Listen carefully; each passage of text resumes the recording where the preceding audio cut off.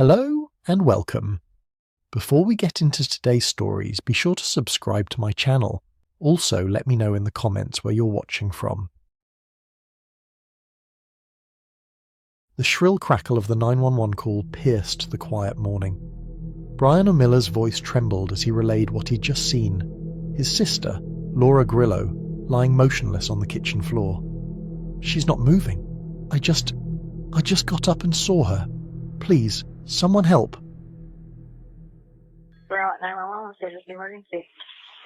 Yeah, we got, I need ambulance. I just shut off and I went to the kitchen and I saw blood. She ran on the kitchen floor. This is Okay. She's not moving? That I saw. Okay. What is your name? My name's Brian. Within minutes, police were on the scene in Rolette, Texas, their sirens slicing through the calm neighborhood. Blood streaked the kitchen, a lone shell casing glinting ominously on the floor. The paramedics had already retreated upon discovering the bullet, leaving detectives to navigate the horror that had unfolded. 20 minutes later, Laura's fiancé, John Riss, arrived, pale and distraught. They'd been together for 7 years, their wedding only a week away, and shared a 4-year-old child. Everyone who knew them would describe them as devoted, committed, and intertwined not just by love but by community work, volunteering with the local police department. Yet, as John spoke with investigators, his grief was punctuated by moments of odd calm, a composure that seemed at odds with the scene before him. Inside the house, detectives noted the subtle chaos. Drawers overturned, a safe left open, yet no signs of forced entry. This was no random break-in. Someone had come with intent.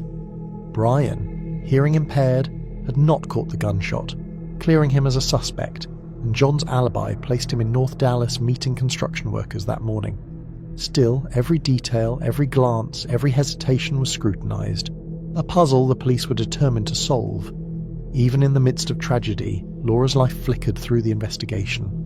She had been vibrant, planning a wedding, looking forward to a future with John, though beneath the surface tension sometimes lingered. Friends would later recall quiet worries she had voiced about John's temper, though she had hoped their love could overcome the friction. The investigators began to see the threads of motive, personal conflicts intertwined with opportunity, as they moved from one interview to another, tracing each step, each decision, each suspicious action that might explain the unthinkable act that had torn through their lives. By the end of the day, Rolette was gripped by shock. The story of a devoted wife and mother, a couple on the brink of marriage, and a brutal act that shattered a home had begun to take shape, but the full horror was only just beginning to reveal itself. The following morning, investigators were still combing through Laura's home, piecing together the sequence of events that had led to her death. Every room was a silent witness, telling fragments of a story that didn't yet make sense.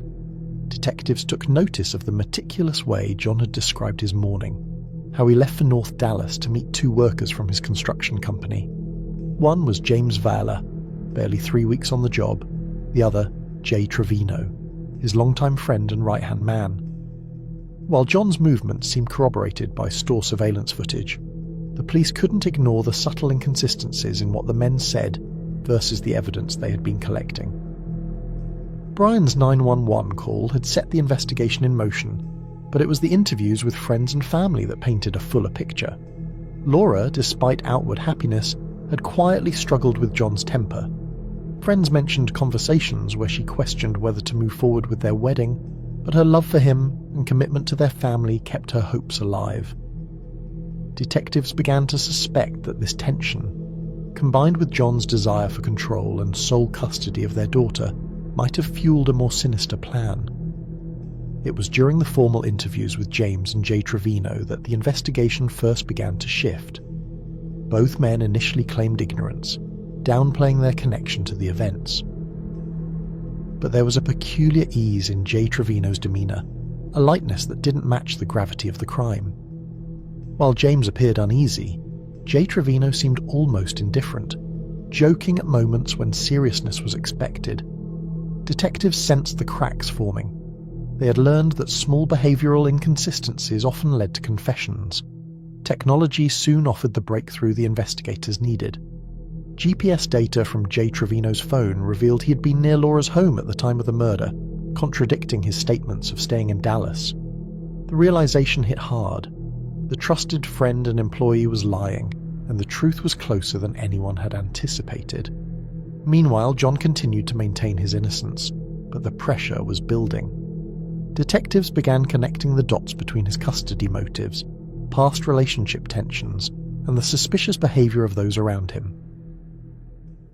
He was mean, he yelled, he had a terrible temper, he was possessive. It was a little surprising when she accepted his proposal. There were actually several times when Laura was thinking about leaving John. By the end of Chapter 2, the investigation had evolved from a tragic homicide into a web of deceit, lies, and hidden agendas. The detectives now knew they weren't dealing with a random act of violence. This was a calculated event, and every interview, every GPS ping, and every contradiction brought them one step closer to unravelling the full story behind Laura Grillo's murder. With the GPS data in hand, detectives intensified their focus on Jay Trevino. His proximity to Laura's house during the murder was undeniable, and his casual attitude during interviews now looked less like confidence and more like recklessness.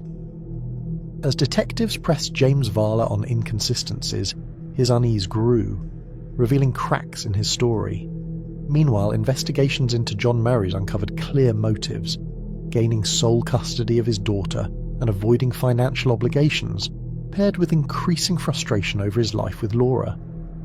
Phone records and social media hinted at coordination between John and Jay Trevino, while James's behaviour, hesitation, fidgeting and evasive answers, signalled he was hiding crucial knowledge.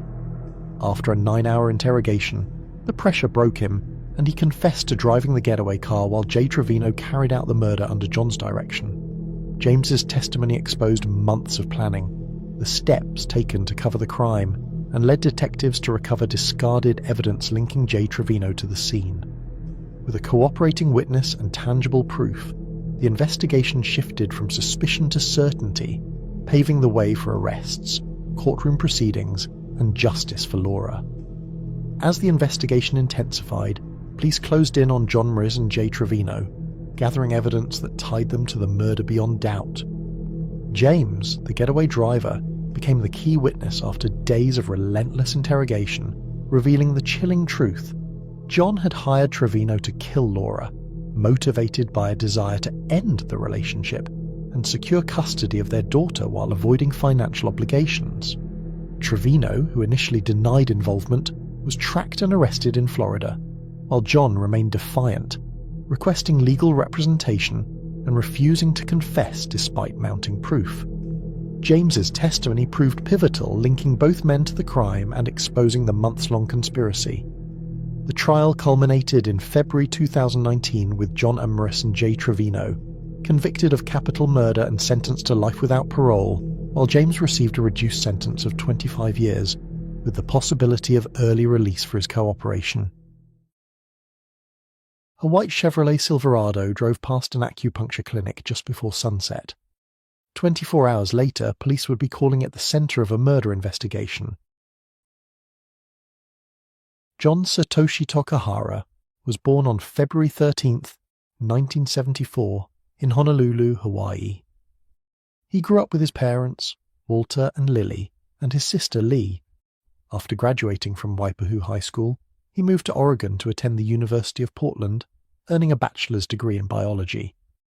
He went on to complete a master's degree in Chinese medicine and acupuncture at the Oregon College of Oriental Medicine.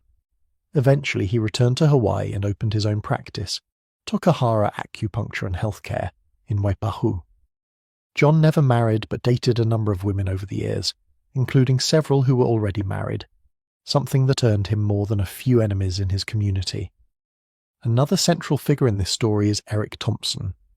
Born in 1987 in Hawaii, Eric began dating a fellow student named Joyce in 2003 while they were in high school.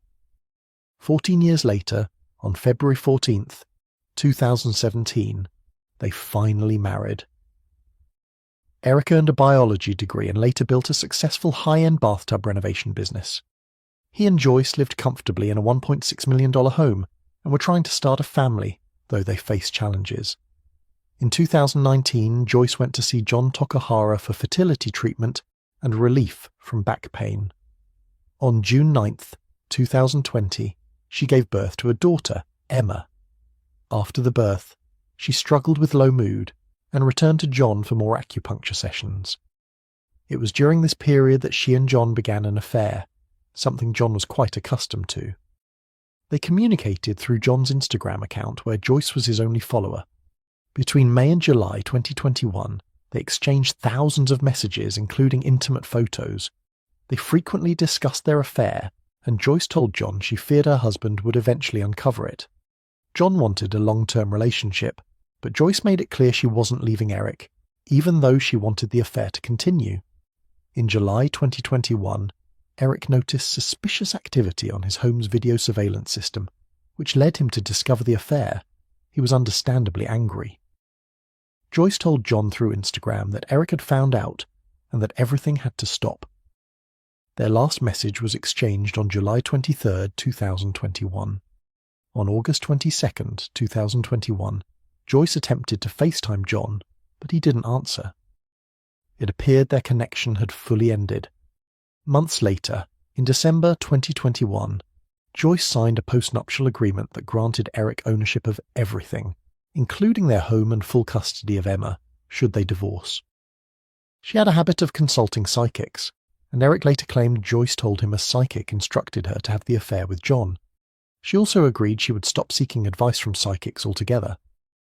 On January 12, 2022, John's mother Lily texted him, asking him to pick up dinner at her house after work. At 6:12 p.m, John sent her a message, his last. He never arrived to pick up dinner. Lily texted him again at 8:34 p.m. and at 9:32 p.m, asking if he was okay. He never responded. The next morning, January 13th, Lily went to his office around 8 a.m. She noticed John's white Toyota Tacoma parked outside. She entered through the back door and found John unresponsive on the floor with blood around his head. She immediately left the building and called 911. Police arrived at 8:11 a.m. Investigators discovered that John had been shot several times in the face. 3 spent .22 long rifle casings were found at the scene, suggesting the use of a semi-automatic firearm, though nothing more about the weapon was immediately known. A backpack near John's body contained $3,900 in cash. John might have had a gambling habit, which could explain why he carried so much cash. His phone was unlocked at 6:18 p.m. on January 12th, and no activity occurred after that. That was 6 minutes after he sent his final text to Lily. Surveillance video showed a white 4-door Chevrolet Silverado crew cab driving within 140 feet of John's clinic at 5:57 p.m. on January 12th. The truck turned east, then north, and at 5:58 p.m. it moved out of camera view near an intersection roughly 600 feet northeast of the office. At 6:10 p.m., a person appeared on video walking toward the office from that intersection. The individual wore dark clothing, sunglasses and a white bucket hat, and carried a large brown paper shopping bag with handles. They approached the front door, which stayed locked, paced briefly as though unsure of what to do, then walked around to the back of the building where the office's rear entrance was located. At 6:15 p.m, the person entered the office. Just 48 seconds later, they exited, still holding the paper bag, and walked back the way they came. About 250 feet from the office, the white bucket hat fell off. The person didn't bother picking it up and kept walking. At 6:20 p.m, they reached the intersection 600 feet away and disappeared from view.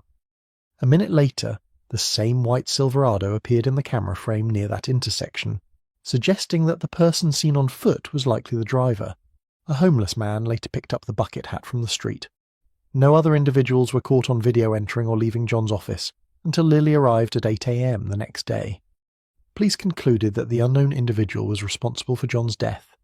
They located the homeless man, retrieved the hat, and submitted it for DNA testing. As investigators reviewed John's phone, they found the Instagram account he used to message Joyce. This immediately put Eric Thompson on their radar due to the obvious motive. When questioned, Eric claimed he was dropping off bricks at a dump during the time of the murder, and then went to a drugstore where he made a cash purchase. Police could not confirm his movements. On February 14th, 2022, 34-year-old Eric Thompson was arrested on suspicion of a murder. His first trial took place in the summer of 2023. On August 4th, it resulted in a mistrial after the jury failed to reach a unanimous verdict. The split was 9-3 in favour of guilt. The tragedy has really brought the community together, I think, in Waikaku. And so, the community, our friends, everybody has just rallied together and shown so much support for the family. He's an acupuncturist, and so he's a healer, and he's helped so many people in the community. He had friends in so many different circles, and he was just someone that was just loved. He gave back to his community, gave scholarships. He's all about the people. He's all about the community, and he just stripped that away.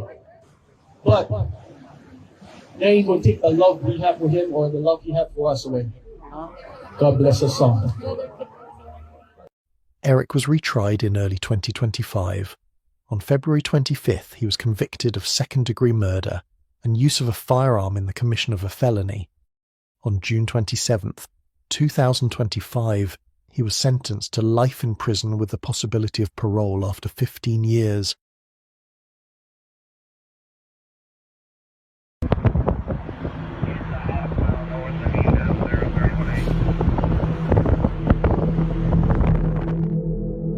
The call came in at 2:45 a.m. A man's voice, steady, almost too steady, cut through the quiet of the dispatch room. "Joseph Parker, Springville, Tennessee. I need help," he said. He didn't sound frantic. He didn't sound drunk or confused. He sounded like someone reading off a grocery list. Then he said something that made the operator sit up straight. "My wife. She's in the freezer. And she's still alive." Joseph didn't wait for questions. He started talking, laying out details like this was something he had rehearsed. According to him, everything began 2 nights earlier, on November 5th, their 12th wedding anniversary. Around 4 a.m, he claimed he shot his wife, Samantha, in the temple during an argument. He said he thought she died instantly and he panicked. Instead of calling for help, he dragged her into the garage and forced her body into the freezer. 2 days passed, and then, hours before the 911 call, he opened the freezer and said she blinked at him. Once for yes, twice for no. That was the communication system he claimed they used. He told the operator he loved her. He said he wrapped her in blankets. He said he brought water, even though she couldn't drink. But he also admitted he was driving far away from the house as he spoke. He didn't want to be arrested. He only wanted an ambulance to get to the garage.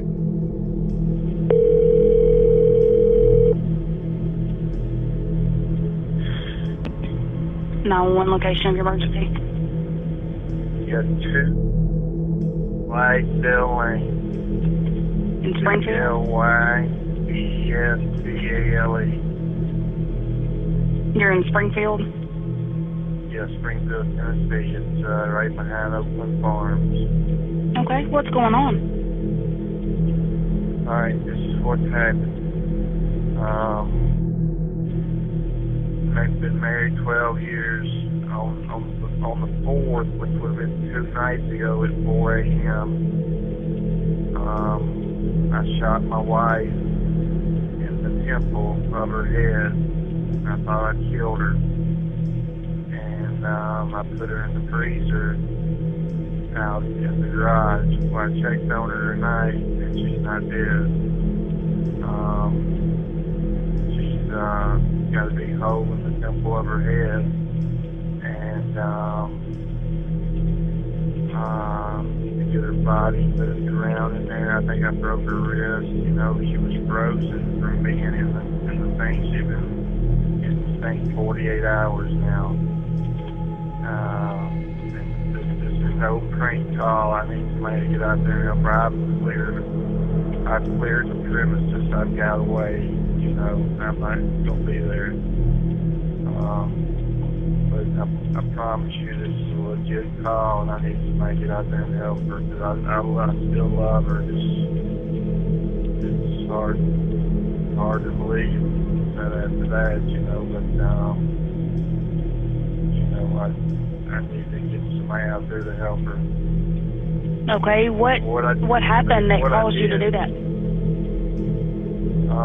It's a long story. Don't want to get into it. Just want to get into getting somebody out there to help her. I left the front door open. I left all the lights on in the house,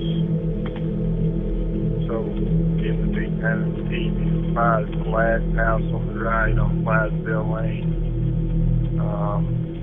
But I left the front door open, and she's in the garage. You go through the kitchen to get into the garage. You'll see her once you get in the garage, and she's a mess. She can't talk. I just get her to blink. Blink once means yes, blink twice means no.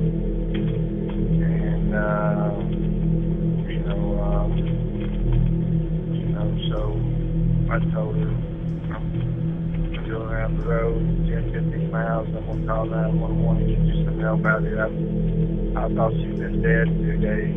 And when I checked on her, she was still alive. She's been frozen for 2 days. She's frozen solid. It's amazing she's still alive. She's got a big hole in the temple of her head. I shot her with a .38 caliber handgun. And there's a big hole in the temple of her head. I didn't see an exit wound. What is her name? Samantha Parker.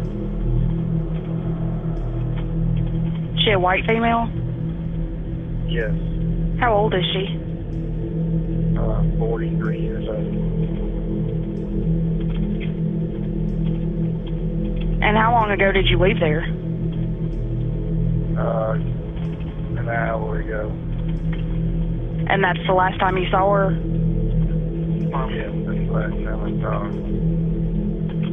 And she was still in the garage? Yes, she's still in the garage. I made her as comfortable as I could make her. She tried to drink a little water.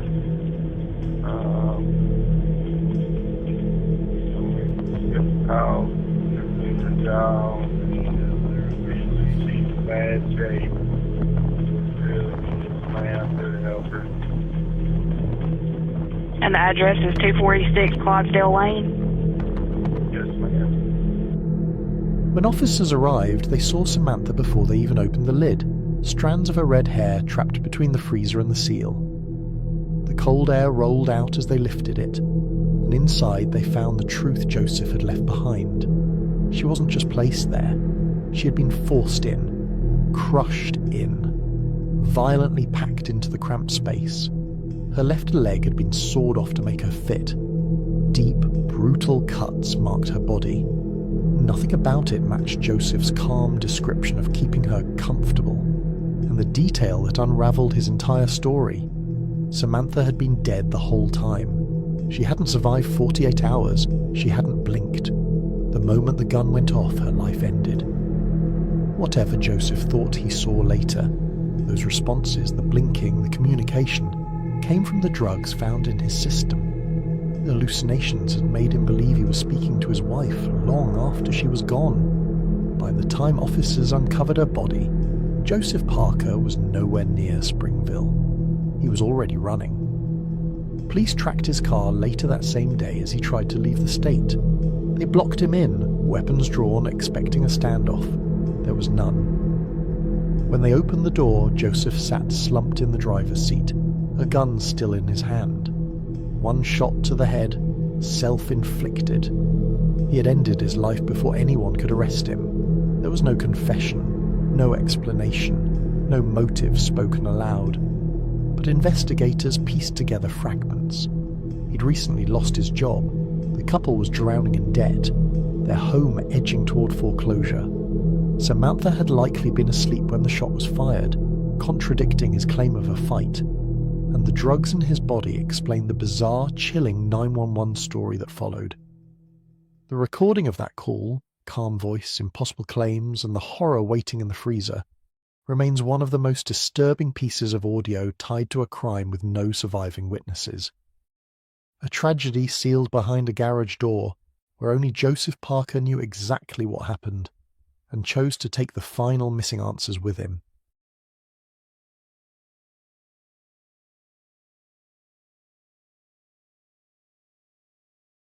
On June 24, 2018, what should have been a day of celebration quickly turned into horror. Cindy Bettina Testerman was supposed to spend her 62nd birthday surrounded by her family, but by evening her son Robert grew worried when she didn't answer repeated calls. He was close to his mother after his father's death, and silence from her was unusual. Concerned, he drove to her home on Roseland Avenue in Maryland, unaware that his life was about to change forever. What was the address of the emergency? My mother is dead, and I came over to check on her. She is lying on the floor in the kitchen. I believe she was either assaulted. The moment he stepped inside, an unsettling odour filled the air, and he immediately noticed a shotgun lying on the kitchen table, an ominous sign that something was terribly wrong. The house felt eerily silent. As he moved through the rooms calling out for his mother, there was no response. His fear grew unbearable, and when he reached the kitchen, the nightmare revealed itself. There, on the floor, was Cindy. Her body was drenched in blood, the result of brutal trauma inflicted by an edged weapon. Blood spattered across the tiles and surfaces told the story of a violent and merciless attack. Robert panicked, rushed back outside and contacted authorities. When police arrived, they entered cautiously, knowing there were firearms in the home. But beyond the tragedy of Cindy's death, they discovered another deadly threat: the strong smell of gas lingering in the air. It became clear that the suspect had tampered with the gas line, possibly intending to ignite an explosion that could have killed anyone entering the home. This was no ordinary crime scene. What investigators had on their hands was not just the murder of a 62-year-old woman, but a carefully staged setup designed to cause even more destruction. Cindy's death was the opening chapter to a far darker and more twisted story than anyone could have imagined. Once Cindy's body was recovered and the house secured, investigators began piecing together what had happened. The interior of the home was in disarray, drawers pulled open, belongings scattered across the floor, and a safe toppled from its usual place. Jewellery and other valuables were missing, along with Cindy's 2013 Honda Accord. To detectives, it appeared that robbery was the likely motive, but the sheer brutality of the attack suggested something far more personal. They questioned Robert, who explained that the last time he spoke with his mother was a few days earlier, and that she had texted him on Friday without getting a response. His cooperation and grief led detectives to rule him out, but he did have something crucial: access to Cindy's home security footage. The recordings revealed a disturbing lead. A young man, unknown to Robert, was seen casually conversing with Cindy inside her home. He appeared comfortable, coming and going multiple times, and was last seen leaving in her car on the very day she was murdered. This immediately raised suspicions that the killer had gained Cindy's trust before turning on her. Meanwhile, neighbours provided conflicting accounts. Some mentioned another woman in the area, Judy Elizabeth Zack, who hadn't been seen for months. While some claimed she was in rehab, others had no idea where she'd gone.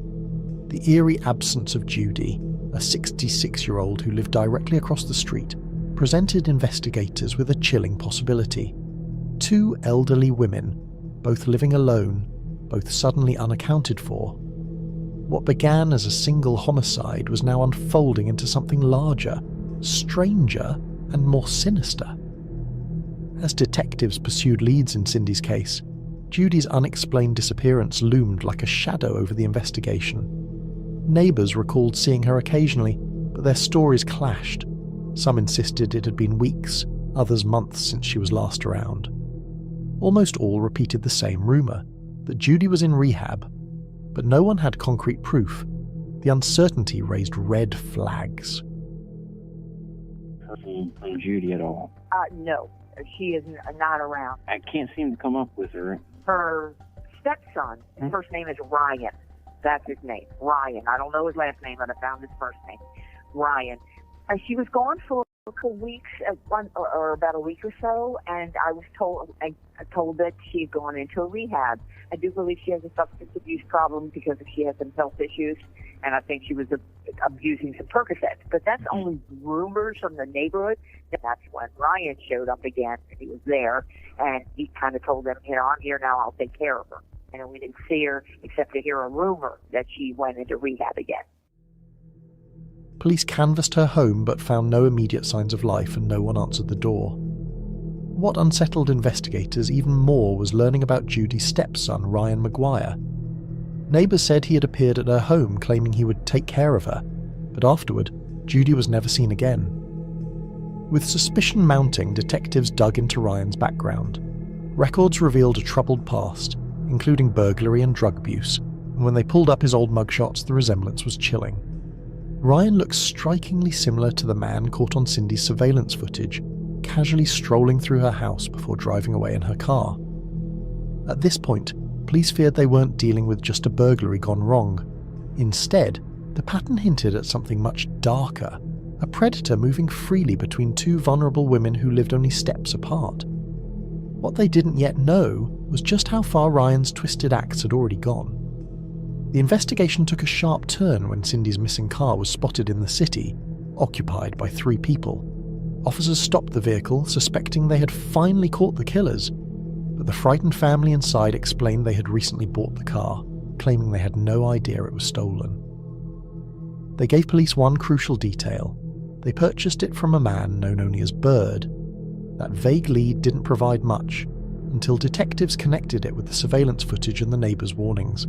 Bird was none other than Ryan Maguire, and when Cindy's stolen credit cards began racking up charges at local stores and even a motel, the investigation zeroed in on him. Detectives rushed to the motel and found Judy's car parked outside. Inside the room, registered under Ryan's girlfriend's name, they discovered Cindy's checkbook, Judy's financial documents, piles of jewellery, and brand new sneakers bought with the stolen cards. Even more damning, they found a knife and shoes stained with Cindy's blood. Ryan was finally arrested outside the motel. Calm and composed, he showed no fear. He didn't protest his arrest, didn't plead innocence. Instead, he sat in silence, as though he had been expecting this moment all along. What detectives didn't yet realize was that Ryan was about to reveal something far worse than they imagined. At the station, detectives prepared for the usual uphill battle. Hours of questioning, denials, and half-truths before a suspect finally slipped up. But Ryan Maguire wasn't like most suspects. From the moment he sat down, he leaned forward and told them flat out. He did it. He killed Cindy and Judy. No hesitation, no excuses, no attempt to cover his tracks. He confessed as if it was the most natural thing to do. Ryan described in chilling detail how he had lured Cindy into trusting him, then attacked her with a knife in a fit of rage, stabbing her repeatedly before leaving her body in her apartment. Judy, he explained, was simply in the wrong place at the wrong time. When she discovered him, he panicked, fearing she would call the police and stabbed her too. To Ryan, it was all matter of fact, told with a calmness that unsettled the detectives across the table. What made the confession even more disturbing was how open he was. He didn't just admit to the killings, he admitted to rifling through their things, stealing their money and joyriding in their cars. Most criminals fight until the very end, insisting on their innocence. Ryan, however, laid everything bare, as though he wanted them to know exactly what he had done. And as detectives listened, they realized something. Ryan Maguire was not only confessing, he was reliving his crimes, with no sign of remorse in his voice. He was sentenced to 2 life sentences in prison